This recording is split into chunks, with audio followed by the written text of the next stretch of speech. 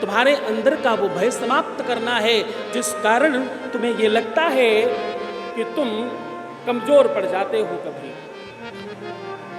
इस 3 दिवस के पश्चात ये भाव तुम्हारे मन से अपने आप समाप्त हो जाएगा।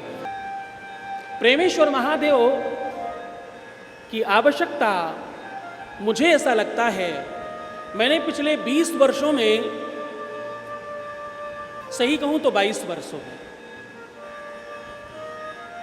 एक अलग अनुभव किया है। जीवन से आपके जब प्रेम समाप्त होता है, मुझे याद आता है शिव महापुराण का वो उपाख्यान जब भगवान शिव से सती का विरह हुआ।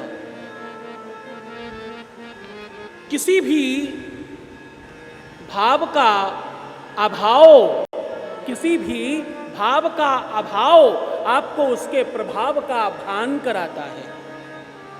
मछली जब तक जल के अंदर है तब तक उसे नहीं पता कि जल उसके लिए क्या महत्व रखता था।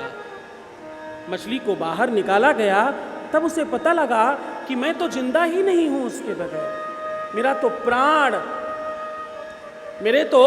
प्राण, मेरा जीवन, मेरी सांसें, मेरा सर्वस्व ही जल था।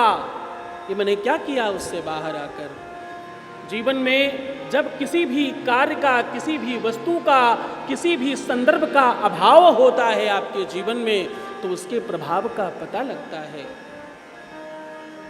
जरा पूछना, मैं कहता हूं प्रेमी और प्रेमिकाओं की बातें कौन करे। लोग बदनाम करते हैं प्रेमी और प्रेमिकाओं को।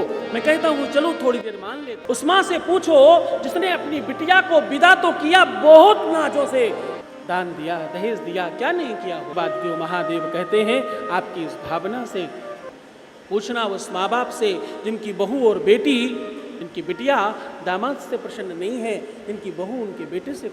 हमारे पास बहुत सारे ऐसे लोग हैं जो अपने बहुओं के पक्ष में हैं।